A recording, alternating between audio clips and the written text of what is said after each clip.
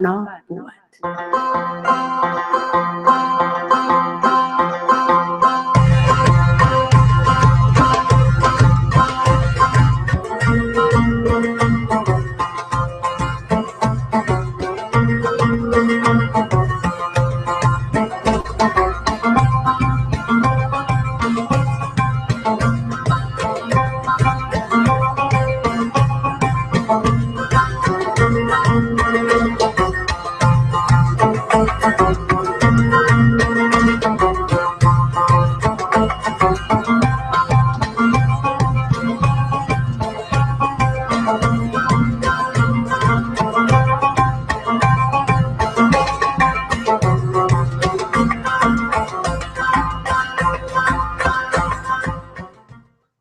دلای او بخونگی خدای پنامه گرانو او قدرمن و دوستانو سلام علیکم ایلده چه روح جور هاو آرام آسیم زه مریم ارسلایم او ده بوهن رانا ده اخبارانه تاست ده آریانا افغانستان ده نریواله شبکه لخوا ورنده کام خدای دوکری چه ده ننه بوهن رانا ده اخبارانه معلومات ستاسو ده پام او استفاده وارو گرسیم بینندگان عزیز و ارجمند برنامه دانش روشنایی است با آرزوی صحت و سلامت شما برنامه امروز آغاز میکنیم. امیدوارم شاد و صحتمند باشین و هفته خوش و پرثمره در هر گوشه و کنار جهان که هستین سپری کرده باشین و باز هم خوشحال هستم که در برابر شما عزیزان قرار دارم.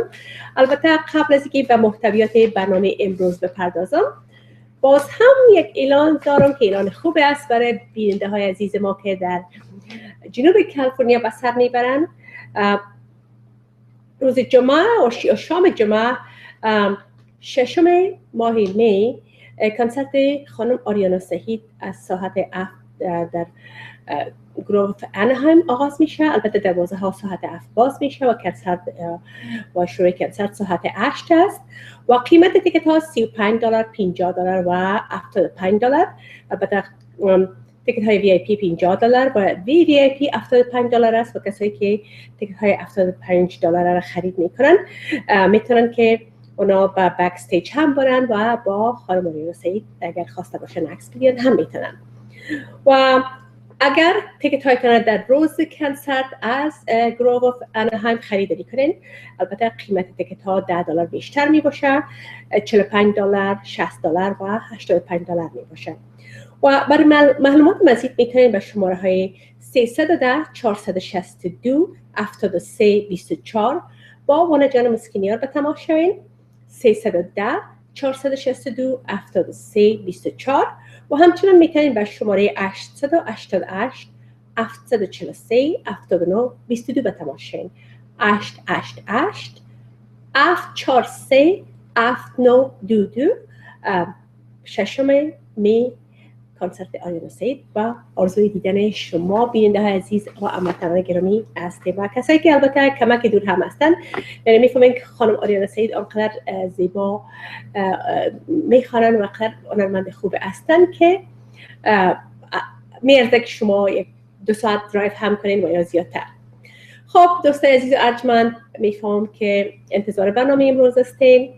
در برنامه امروز هم میمان بسیار خوب را دارم. البته چهره جدیدی هستن با ایشان آشنایی ندارین و ما هم اولین بار است که دختر خانم جوان ملاقات کردیم و بسیار خوشحال هستم که با ما هستن. امیدوار هستم که در آینده هم بتونن با ما همکاری های داشته باشن به خاطر که رشته تحصیلیشان یک رشته است که برای فامیل های افغان ما ضرور است و معلوماتی که اینا دارن تجربه کاری که اینا دارن بسیار زیاد برای شما هموطنان عزیز مؤثر و خوب می باشه. میمان عزیز ما هستن رونا جان زمانی که مریج تراپیست هستن و تجربه بسیار بیشمار دارن و البته رونا جان به اینجا بزرگ شدن. به سن 12 سالگی به ایالات متحده آمریکا آمدن و تحصیلات خود به اینجا تمام کردن و زیادتر ما نمیخوایم در مورد تجاربشون صحبت کنم چون چهره جدید هستن. میخوایم که خودشان زیادتر صحبت کنن، خودشان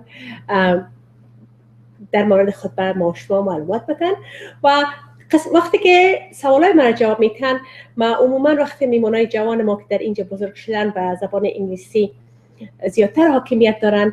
من از اونا همیشه خواهش میکنم و برشون اونا خوش هم میشن که جوابای سوالای من به زبان انگلیسی در موردش صحبت کنن، به خاطر که بیننده های جوان ما هم بتونن استفاده کنن، چون میمانای جوان ما یک تعداد بیننده های جوان هم به خود میارن. شاید که امروز دوستای رونا جان هم برنامه رو ببینن، اونا حتما همشون جوان هستن، پس اگر که رونا جان هم خواسته باشه قسمی که شاید باید صحبت کنن، فکر میکنم که به زبان انگلیسی راحت تر خواهد بودن. رونا جان خوش آمدین. سلام به شما. تشکر بسیار زیاد. من بسیار زیاد خوش هستم که در اینجا آمدم و ما در کتابخانه قضیات خود که بودم در افغانستان بودیم، بعد که هر چقدر که ما کلان شدیم بسیار زیاد isolated هستم. So this is a really good opportunity. I'm really grateful to be here. بسیار خوب. خب رونا جان اگر لطف کنین بگوین که با کجا شما صنف 12 سالگی آمدین؟ صنف 6 آغاز کردین؟ صنف 7 آغاز کردین؟ صنف 6 ما کجا زندگی میکنین؟ کجا درس خواندین؟ خب ما اول کاستک ما افغانستان، ما 4 ساله بودم که از اونجا رفتم باز ما در پاکستان. I think that's like the traditional way. And then I was about 11 and a half, 12 and it was in 6th grade in Hayward, where I went to grade school. And بعد از او کاستک ما در junior high رفتم در East Bay, Hayward. باز از اونجا ما موو کردیم رفتیم در دیویس. باز اونجا ما های سکول رفتم و بعد از های سکول ما در خانه بودم و ما در کمیونیتی کالج رفتم و بعد از 2 سال ترانسفر کردم که کالیفرنیا استیت یونیورسیتی و باز my undergrad was in business administration. And it's very mechanical, and after وقتی که ما accounting و finance classes گرفتم it was interesting, but ما خوش داشتم که یک چیزی را بخوانم که هر وقت نو باشد. It doesn't get boring. And so after college, I wanted to explore like what would be a right fit for me. و یک چیز سخت است از خاطر که وقتی که آدم کلان میشه، مادرم هر وقت مرا میگفته که هر چیز که خودت میخوایی و ما کاستک از یک فامیل میایم که پدر کلانم هم کاستک دکتر بوده و پدرم هم دکتر و کل a family of physicians, like a long line of physicians. I think it's a great field. The sight of blood, I know that I can't do it. But I was always interested in the human psyche, and it fascinated me. And I wanted to plan my own, like a wellness, create my own curriculum for graduate school. But I got more interested in counseling classes, and I was interested in looking at it from like the family system and how that has progressed. I mean, I felt in a lot of ways displaced because I think there's a lot of families that, have moved from Afghanistan, and then they're like, we have family all over the world. Right. And so I just wanted to understand, because like what the impact may be on our Afghan culture, and I became really fascinated by that. So out of curiosity, because our show is about education, as the name, it's obvious from the name, knowledge is power, poha naranada, or danish roshnahi ist. So out of curiosity, is it possible to create your own curriculum for graduate school? I was looking at like recreational, I was talking to a professor, and I was looking at a wellness, because my background was business administration. So I didn't know a lot about psychology or counseling. And in fact, the way that I was raised, you don't really talk about your problems outside of your home. So it was something that was very, I guess, new and strange. Mm-hmm. And so I had a professor that encouraged me to kind of like look at different options, but I got so interested in counseling that I never pursued that. Mm-hmm. Yeah. So with your business administration undergrad, did you have to, once you decided to go into counseling, did you have to take a lot of prerequisites, extra additional classes before going into the master's program? Yes, which I fell in love with because we took a lot of cultural sensitivity. This is Northern California, which we took classes on Asian Americans and Caucasian, that white American, I should say, Native Indian, but there wasn't a cultural sensitivity on Middle Eastern in general. And I questioned that, and it kind of speaks volumes in the lack. At least I felt isolated, being the only Afghan in my cohort when I was in graduate school. So it does propel me to promote more awareness and need for more Afghans to be in this field. Right, we do have a few, and they're very busy, so that's why I'm hoping that we can keep you here more often, because this is one of the ways that you can raise awareness, and you can also offer advice and all that. So that's a great thing. So if you had to do it all over again, what would you have done? I mean, do you wish that that you didn't go to business administration? Did you learn anything from that? I did learn. In terms of my personality, I've always been curious. So I never found education in any way dull. But the practicality of it and the application of it, over time, once you do something, I didn't find that I could get something, but the application, I found it to be somewhat boring. So I wanted to go into a field that is more rewarding, and it has something, the field of emotional health is something that's very open-ended, and it's human psyche, which is not very measurable, like when you're dealing with business and a goal to meet. I wanted something more fulfilling, not to judge. And I'm sure you can use it in different aspects. Just like people go into different majors, get their bachelor degree in something, and then they get an MBA. So it's kind of the opposite, but so it's the same information basically. So that's good. What kind of work? When did you finish your master's first? 2006. Okay, that was from California State University of Sacramento. Sacramento. Okay. So what kind of, if you can tell me, because this is an interesting field, and also viewers, young people especially, if they are interested in your field, what kind of job opportunities are there? What are your specific experiences? What have you done with your degree so far? What I've done with my degree, I've explored it from all different facets. I've worked with, a young person who's interested in this field. I would encourage you to do volunteer work to kind of get an experience of what it's like to be with people from all facets of life. It gives you a perspective.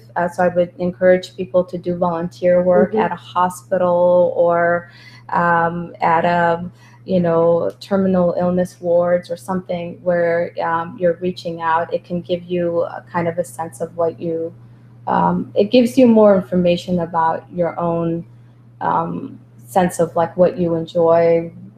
We all have our preferences. So that would be one aspect of it. In terms of how your experiences. In my experiences, I started working with at-risk children under 5 who were, part of DCFS. We were like the middle people to make sure that the kids met their milestones and that they were okay. And I went from that to... Were they abused children, or?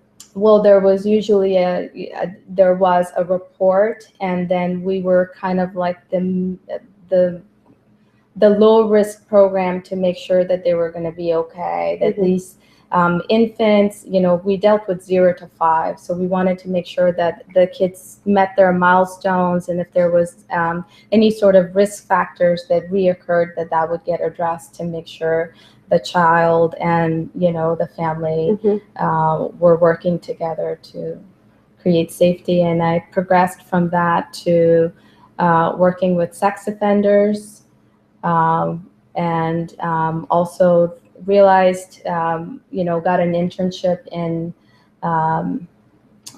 here in the Valley, and moved here, basically worked there with children 4 to 18, or actually, about 17. And it was a community health program. And after I got licensed, I started working at a psychiatric hospital. So I've kind of moved around, and part of the reason I did that intentionally, so I can get an experience from vast array of different areas of understanding, mental health and emotional health. So I started working with bipolar and schizophrenic patients at a psychiatric hospital, and it was very rewarding to work in that kind of setting. And then I, after working there for a couple of years, I started working at another hospital dealing with substance, basically addiction. Very good. So why do you think people should seek therapy? I mean, what is the importance of that? Well, I think that a lot of times, there's unresolved issues from the past that manifest into the present. And a lot of times there's not awareness around what's happening. People act out, or they react. They're not responding to the situation. They might react to it, and then it's an impulse. Therapy can help shed light and awareness around some of those behaviors to gain more insight in terms of how that could be, a whole belief system around that connected to it. Do you want an example of that? Yeah, sure. So, for example, let's say, someone had a traumatic experience and they're from Afghanistan, and they had a traumatic experience, and the belief that at that point was formed that I am all alone. And now, they've come here. Let's say they came here when they were really young and everything was fine. And as they progress, they find that when they're under stress, they feel like, okay, I'm all by myself. And that becomes like the driving force, and the need to kind of control situations, or feel frustrated maybe with their significant other about the fact that, okay, and a lot of times it's not something that people verbalize to themselves. It's all on an emotional level. When things are not expressed in their primitive emotions, there's not much, there's no awareness of these things. These are all subconscious. When you're able to verbalize it, then you're verbalizing a feeling, and you're putting it into language. Then there's something that can be done about that. So can you, who would you suggest to that they need therapy? But some trauma from post-war trauma, and what kind of traumas probably it's important for them to seek counseling? I think that if there's relationship conflict, frustration, where there could be relationship issues, or it could be that maybe, you know, when there's discord between two people, they pull a third person. I've seen that in family systems, and especially our culture, where the third person is pulled in to diffuse the anxiety. And that, you know, like any of those dynamics are kind of like warning signs to address it with a professional that could help navigate the, you know, in terms of what the issue may be. And the issue varies, you know, what the presenting problem may be, could be, sometimes it's, it deals with the whole family system, you know. So maybe a child is, you know, having trouble in school. And then, you know, I'm a marriage family therapist, so we look at family systems. And so we also engage the family in that process and do family therapy. And maybe there's other stressors that are going on. Maybe mom had surgery and dad lost job, and all of those stresses could impact the family. So we look at it as a family system. So you think therapy is very important? I think that therapy can help resolve, you know, a lot of anxiety, worry for people, and getting, you know, an opportunity to have freedom from those worries or anxieties, or any sort of, it could be something more severe like depression, or you know, at extreme cases, people having thoughts of wanting to hurt themselves.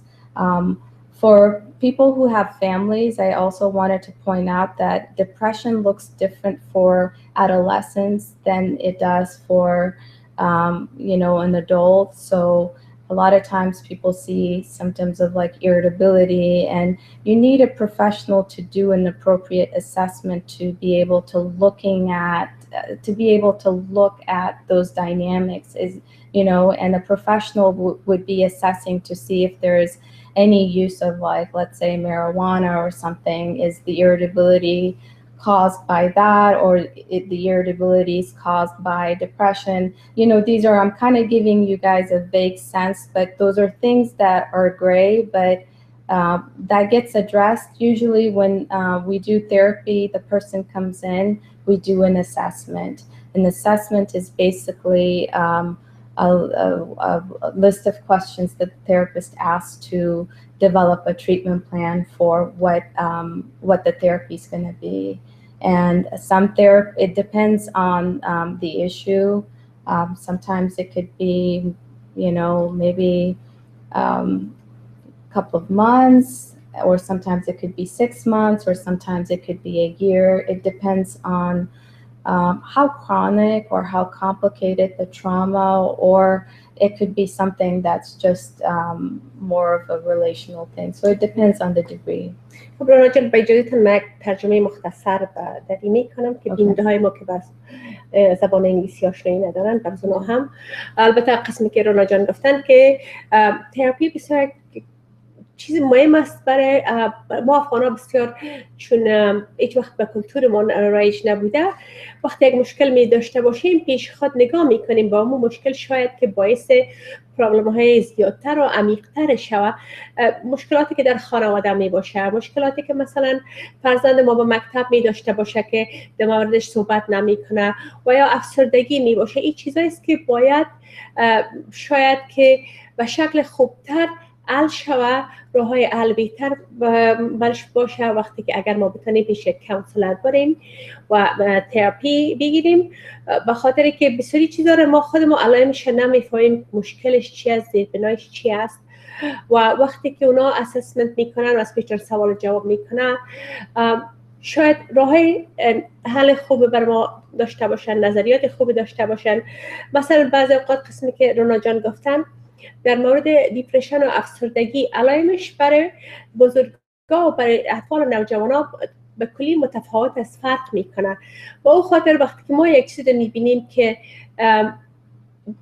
یک چیز غیر عادی به نظر ما میرسه، و ببینیم که یک مشکل است که حل نمیشه و یک مشکل زیادتر را خلق میکنه، باید کوشش کنیم که راه حلش پیدا کنیم و یکی از راه خوبش همیست که بریم پیش یک تراپیست خوب. و البته بعداً از رانا جان میپرسان میکنیم که تراپیست خوب یعنی چی، چه قسم اشخاص میتونه که چطور میتونیم انتخاب کنیم و البته در لحظات بعدی سوال میکنیم. و حالا از رانا جان میخوایم بپرسیم که what are some barriers for people, especially Afghans, that we're avoiding therapy from your experience? I think it's the stigma. I think that there's a preconceived notion that there is something wrong with the person if they're seeking therapy. And a lot of times it takes a lot of courage, and it's a very healthy action when somebody's seeking treatment. And I would think that, there's fear, shame around, and I think culturally, at least when I was raised, it's very much you keep things within the family. So I think it's trust as well. Those are some factors. I think trust is big in any community, but those are the main barriers would be just the stigma of being labeled. I think that's the main one. خب البته دوست عزیز، چیزی که اکثریت مردم ما نمیشه که تراپی برن و کانسلینگ برن، مخصوصا ما افغان ها را است که بسیار با مردم های پرایوت و خصوصی هستیم. هر چیز میخوایم که در بین خانواده باشه و حل شه و در موردش صحبت نشه. و موضوعاتش مخصوصا در موضوعات مواد مخدر درگز، وقتی که ما تنها ممره فامیل نگاه میکنیم مشکل زیادتر میشه و راه حل پیدا نمیشه. باید که حال قرن 21 است، از این فکر نکنیم که کمک گرفتن عیب است، شرم است و نام فامیل ما رو خدای نخواسته لکه‌دار میسازه. کلی باید به خود جرأت بدیم، به خاطر زندگی خود ماست، زندگی خانواده ماست. برای از اینکه همون خوشی و آرامش در خانواده نگاه کنیم، باید که راه‌های حل که امروز در دنیای پیشرفته وجود داره که مشکل ما را حل میکنه و این کسایی که کانسلر و تراپیست هستن، اینا تجربهشون با اشخاص هستن در شرایط مختلف، در مشکلات گوناگون دارن و از تجربه از اونا میتونیم که ما استفاده کنیم و اونا راه تراپی که دارن، باز رانا جان هم شاید در مورد صحبت کنن، استفاده خوب کنیم با همون مشکلات و پرابلم های خانوادگی خود برطرف کنیم. رانا جان، so then therapy, how would it help? How will it help? Well, hopefully whatever the issue that the person came in with has been resolved. And let's say the person comes in with issues with their significant other, and maybe now they've developed a more harmonious relationship and they're able to kind of understand each other on a level where it doesn't cause conflict between them. And maybe it doesn't, and that they've now created a system where they're adapting to those changes, whatever it may have been the cause of the reason that brought them there. What suggestions do you have for us to find the right kind of therapist? That's a really good question. I think that finding a therapist, the most important thing would be to know that you can also, you're interviewing the therapist as well.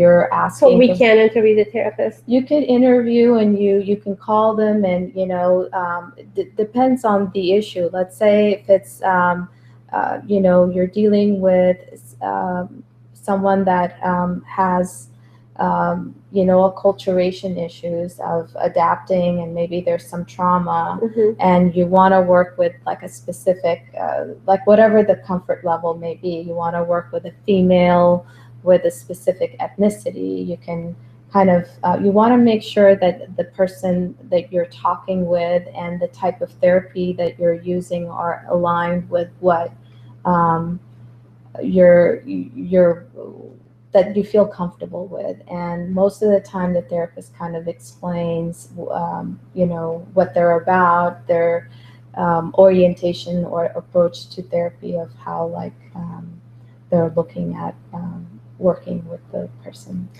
که برای ما افغانا فکر میکنن که مهم است که مثلا یک تراپیست داشته باشیم که بک‌گراندش عین بک‌گراند خود ما باشه، یا مثلا شرقی باشه یا افغان باشه، or with the same religious background, cultural background. I think that there is a comfort level in that. But is it important for a therapist to be accustomed or acquainted with our cultures, and so then the patient doesn't have to educate the person. I think that helps. I think that a lot of times there isn't a sense of, you end up maybe, I know for my field, I had to also see a therapist. That's part of right. And so just reading a good therapist should have been through therapy themselves, right? Right. And so I found myself at times that I had to kind of educate the person, because there wasn't a reference point of like what was going on. So sometimes it's nice to have a therapist that maybe understands the cultural component in addition to maybe whatever the other issues may be. I just for myself, having done therapy, I found that to be helpful. What do we expect from therapy? That's a really good question as well. And that is something that when you meet with a therapist, they're gonna they will give you an informed consent in terms of like the expectations of therapy. And it's one of those great questions, so I'm gonna be very general, and forgive me for that. It's understandable. It's, there are times where, if there's something that's has, the person has suppressed for years, and the person's going to therapy, that they might experience, having those feelings come back. And the therapist would normally explain that that's normal when you're working with whatever their theoretical orientation may be, and that as time progresses, the person will see change. And usually, there's we talk about like, well, what are some changes? I usually, when I'm meeting with my clients, I ask like, well, what are some changes you've noticed, which gives me an indication in terms of where the person is and what's going on with them. Right. So how do you know if the therapy is working or not? I think that the most important thing is if you're seeing change, and if you're not seeing change, to have enough trust in the relationship that you would talk about that. I think a lot of times there is the need to look good, or the need to be polite, or the need, there's like these cultural factors to not really ask for your needs. But I think that trust comes from being able to kind of talk about these things. And the way that I explain that when I'm in therapy with someone, that we are practicing the person being asserting themselves, and that if something's not working or if something is bothering them, that they talk about it. Usually, if someone comes in for depression, that they're maybe feeling less motivated, and there's no energy, and they're not getting enough sleep. It depends on the severity of the depression, and maybe they're not getting enough sleep. They have thoughts of wanting, just hopeless, helpless feelings, poor self-esteem, all of those things, or inappropriate guilt, that as time progresses, that they're feeling more optimistic about their future, and maybe, they're engaging and developing parts of themselves that is more authentic with what they really want. دوستان عزیز، اگر شما هم خواسته باشین تلفن کنین، لاین تلفن ما باز است. اگر سوالای دارین از رونا جان، به خاطر که امروز بار اول است که رونا جان با خود داریم، سوالای ما زیادتر به شکل عمومی در مورد تراپی است، که شرایطش و یا دلایلش چی باشه، تراپیست خوب چطور بفهمیم که یک تراپیست خوب است و یا نیست، چی و مشکلات باش داشته باشیم که بخوایم یک تراپیست ببینیم. ولی اگر شما سوالهای مشخص دارین و میخواستین مطرح کنین، هم میتونین تلفن کنین. So, Rona John, a good therapist, does he or she listen to the patient more, or the therapist itself gives advice and does the talking? How does that work? So,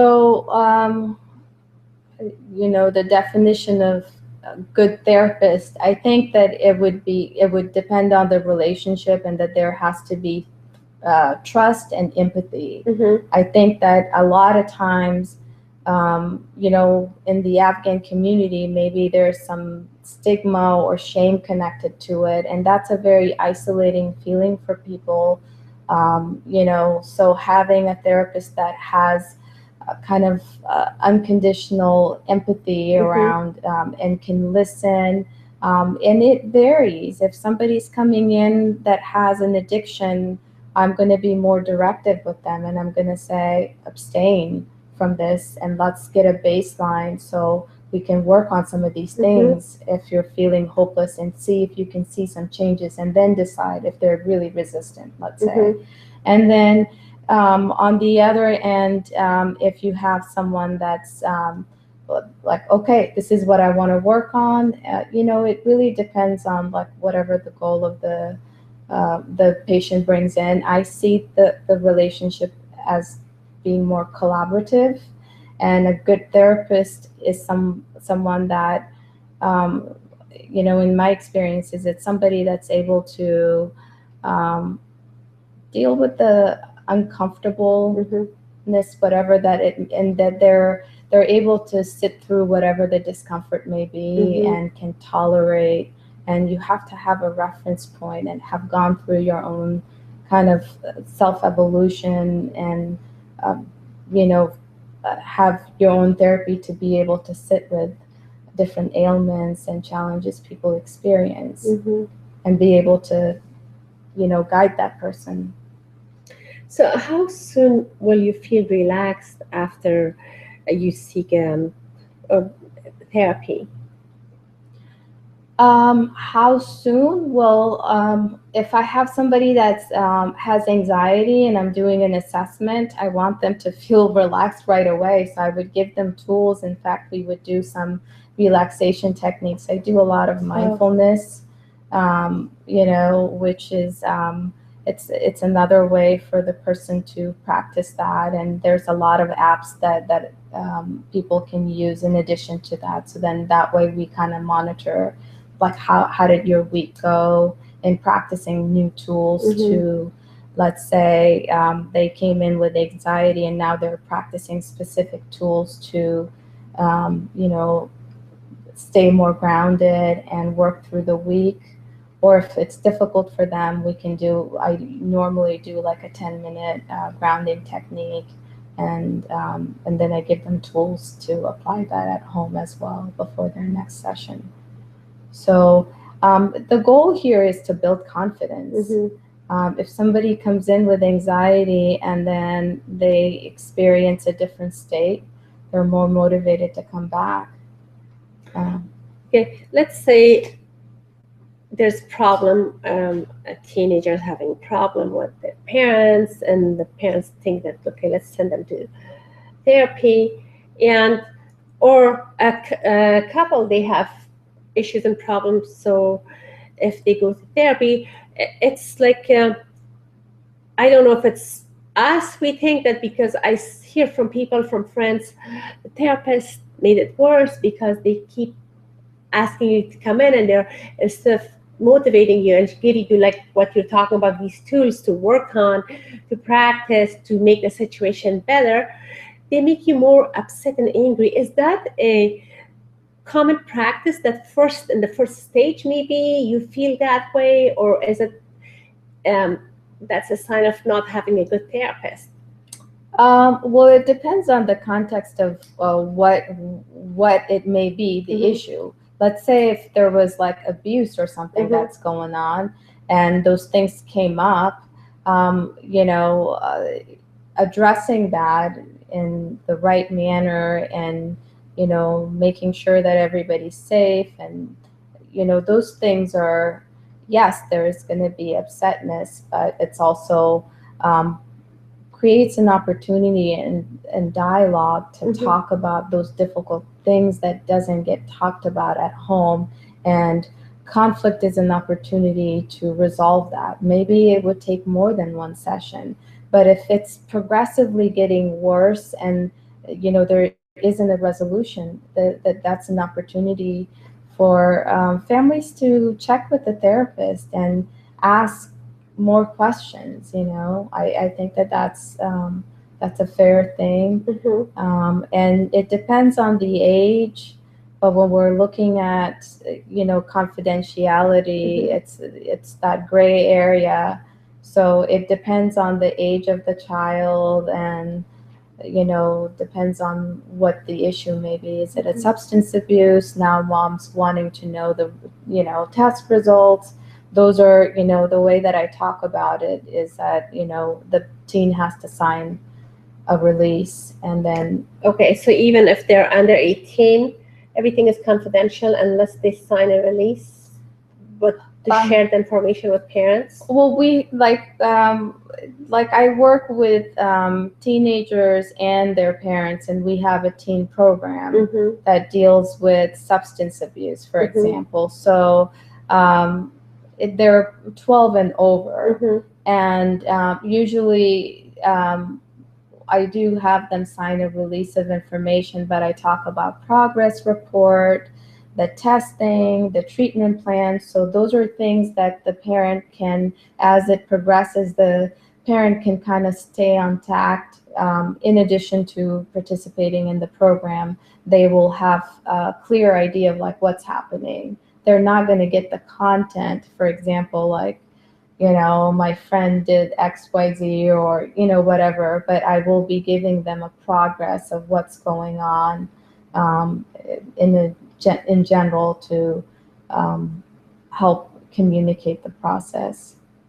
For younger children, do you suggest, are there special therapists that deals with much younger ages, or all therapists are trained to work with all different ages?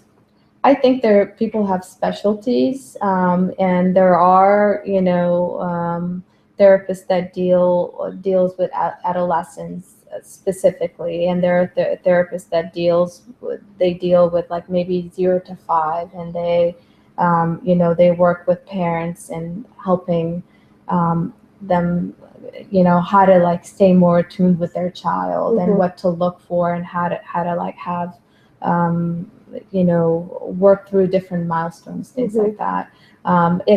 There's different specialties, but most therapists advertise that in terms of what their specialty may be.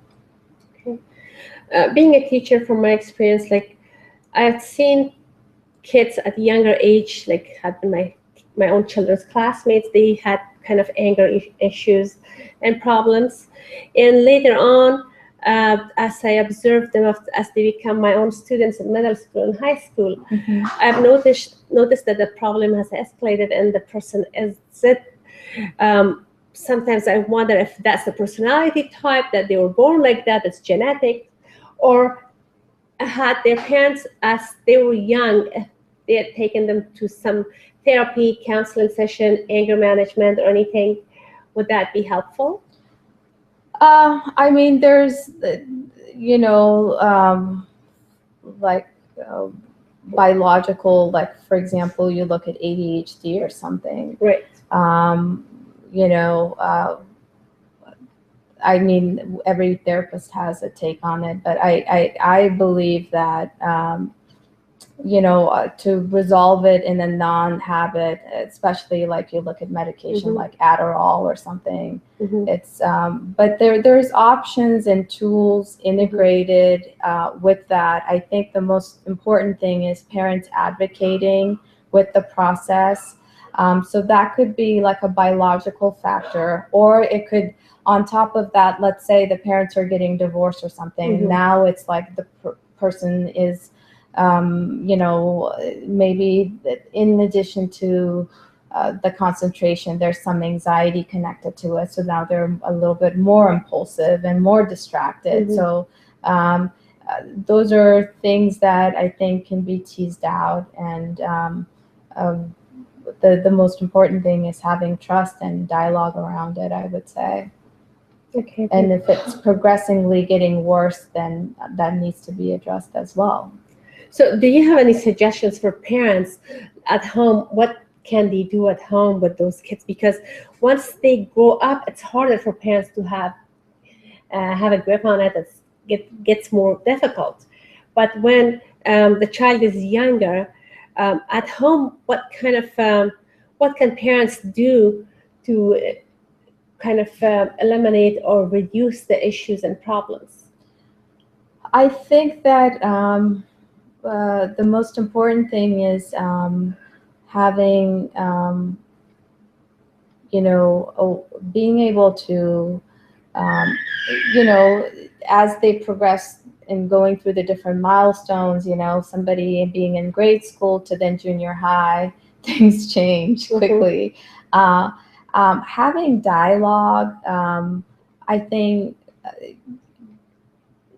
spending time, a lot of times teenagers don't really say like, oh, I want to spend time with my mom. Maybe it's not the coolest thing to say, but spending time with the kids, a lot of times there's a lot of like push for, expression of love is expressed through giving them like maybe the most expensive Nike shoes or whatever it may be, like these monetary means. There's a lot of research that when it's non-monetary means and it's just spending time,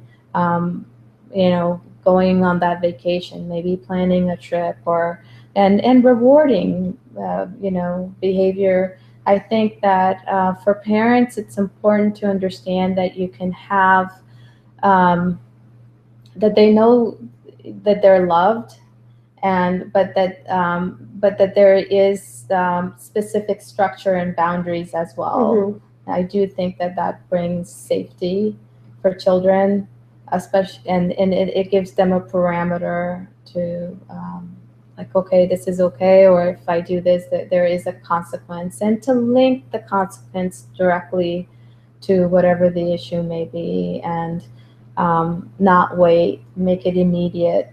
So the connection between the consequence and the behavior doesn't get lost for the whether it's negative or positive, right?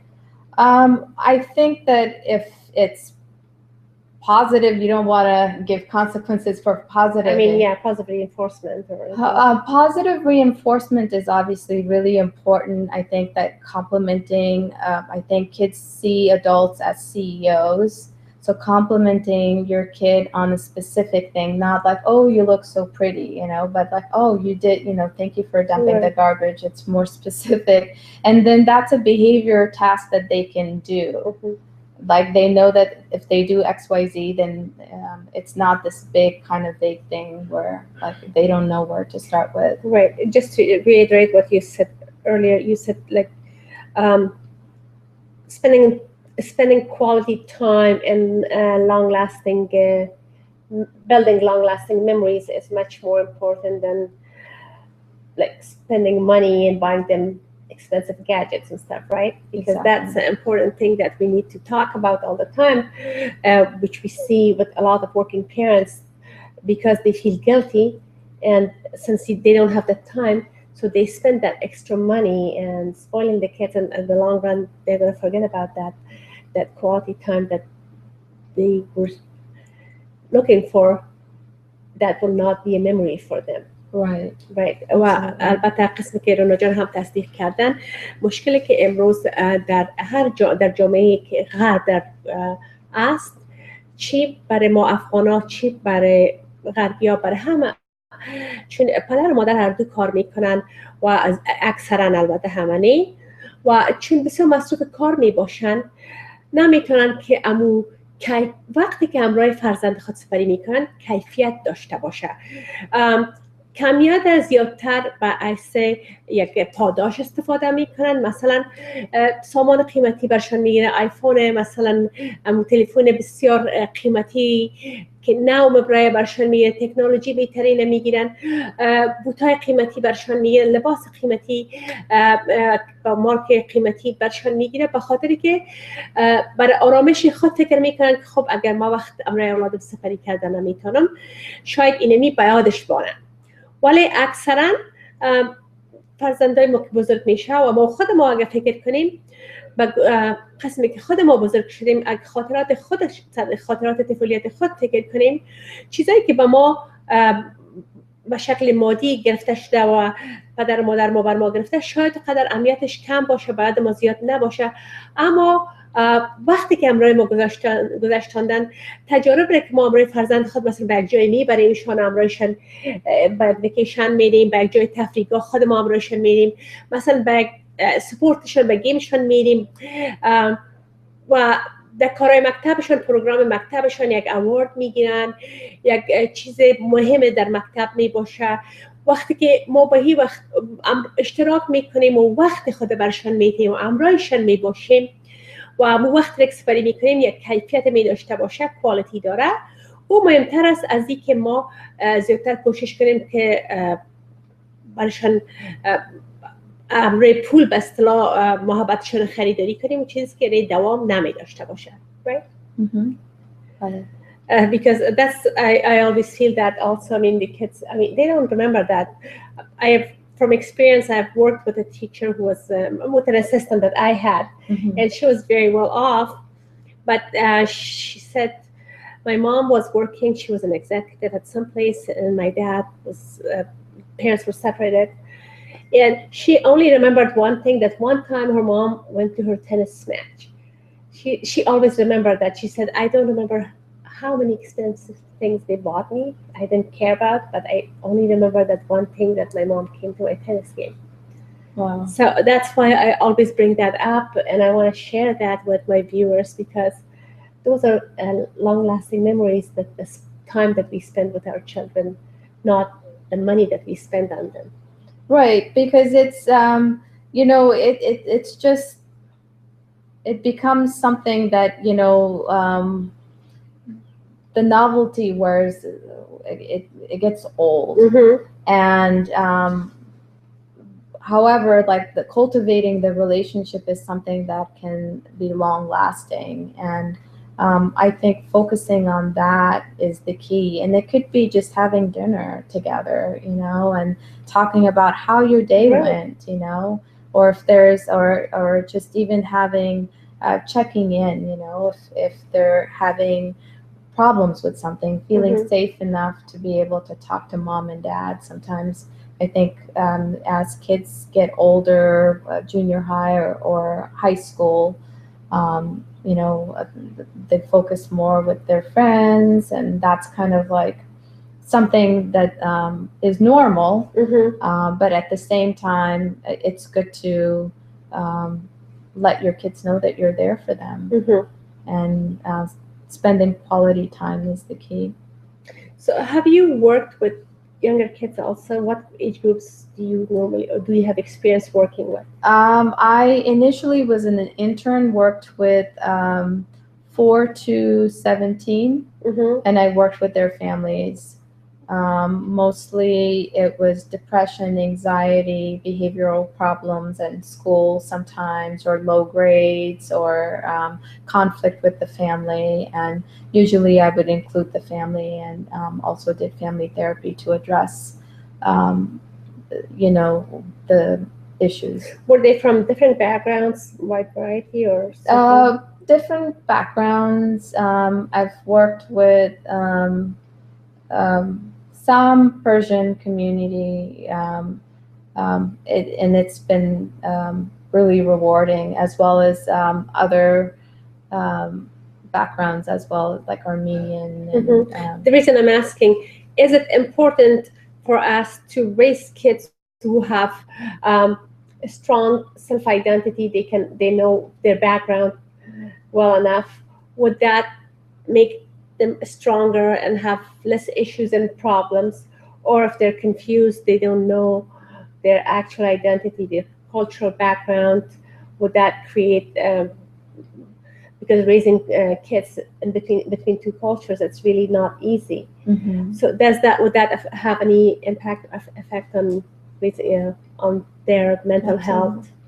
Well, I think the more comfortable the parents are in explaining their background, especially, I think trauma makes it difficult. Maybe sometimes it's hard. I know that from my mom, sometimes it was hard for me to talk about, like, my grandpa, like, well, what was he like? Because I never saw him, And I think that it definitely gives Afghans or any other community a sense of pride. And if you think about American culture, everybody came from somewhere else. Right. The only people who were here were Native Indians.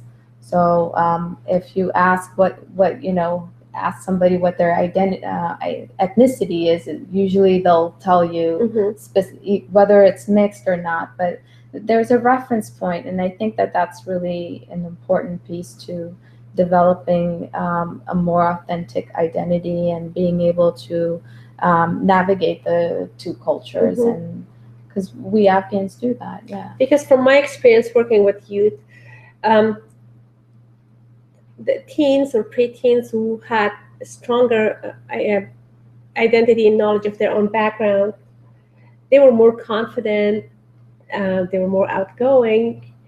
But the ones that were kind of they did not know much about their background, and they were more shy to talk. They kind of didn't know where do they belong. So that's why I was confusing. Right. Yeah, absolutely. But sorry. Yes, so that's why I asked this question from psychological point of view, from your experience. Is that important for them to know that? It is something that, kids deal with.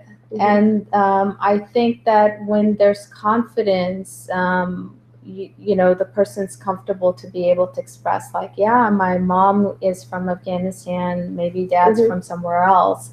I do think that versus not having that kind of reference and being shocked by it, it does impact how you see yourself in relation to the rest of the world. Absolutely. Right. So رونا جان وقت برنامه ما پایان رسیده. آیا چیز is there something that I haven't asked but you think it's important that I missed to talk about? I know there are a lot of things in your field, which in the future I hope we'll have you to talk about more specific areas of mental health or emotional health. But anything in general that you think I should have asked, or do you want our viewers to know? I think you did a really good job. And you did a wonderful job explaining everything. Thank you. So thank you for having me. Thank you for being here. It was a pleasure having you. Likewise. خب دوستای عزیز ارجمند، امیدوار هستم که برنامه امروز هم براتون مؤثر واقع شده باشه. فکر میکنم که همکار ما شهاب جان اصلا بله خب ولی که گفتن وقت ما پیشتر گفتن تمام شده. بسیار خوشحال هستم که باز هم در خدمت شما عزیزا قرار داشتم و اگر سوالی داشته باشین در مورد تراپی و یا کانسلینگ میتونید به من ایمیل کنید. حتما به رونا جان سوالتون ایمیل میکنم و با تشکر مجدد از میمان عزیز و از همکار عزیزم با شهاب جان، برنامه امروز خود با یک آهنگ زیبایی از خانم آریانا سعید به پایان میرسانیم. البته باز هم باید یادآور شم که کنسرت خانم آریانا سعید در 6 می در گروو آف انهایم و همچنان در 12 ساعت 7 شام باز میشه و کنسرت ساعت 8 آغاز میشه. قیمت تیکت ها 35 50 و 75 دلار و اگر بر روز کنسرت شما تیکت ها را از گروپ خریداری کنین قیمت تیکت ها می باشه 45 60 و 85 دلار. و اگر خواسته باشین که معلومات زیادتر و تیکت هایتون ریزرو کنین و خریداری کنین با بانجان موسیقیار به شماره تلفن 310 462 7324 310 462 7324 و یا به شماره 888 743 79 22 888 743 79 22 میتونید به تماس شوید. باز هم از وقتی که با هایتان تشکر و با امید دیدارتان هفته آینده. تا هفته آینده خداوند یار و مددگارتان.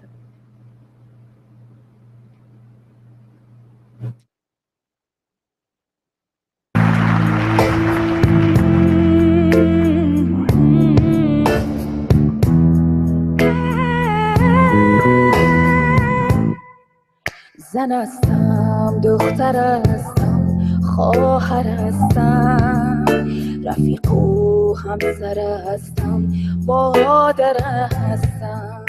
دو حرف و یک هجا لیکن به معنا بزرگ و واژه پهناور هستم. سیاست نه ضعیفم نه من هستم. زن هستم من، زن هستم من، زن هستم.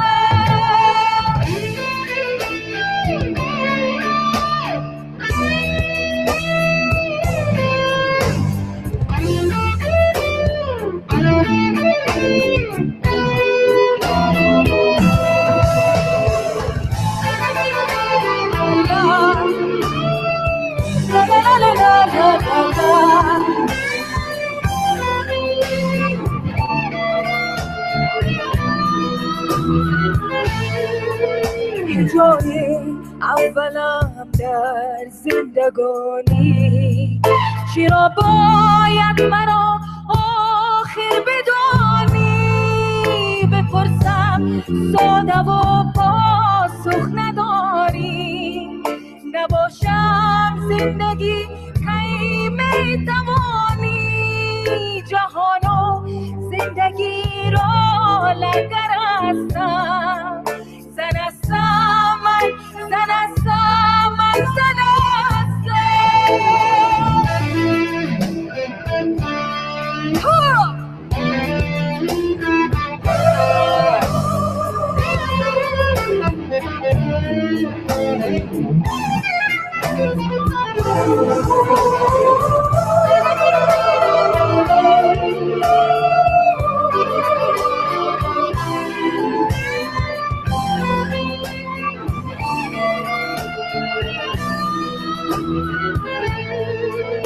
نباشم هستی نایاب تو کن، وجود مردهای ناب تو کن.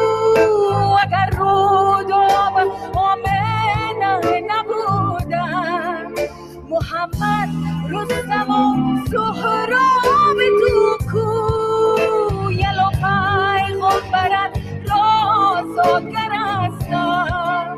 زن هستم من، زن هستم من، زن هستم.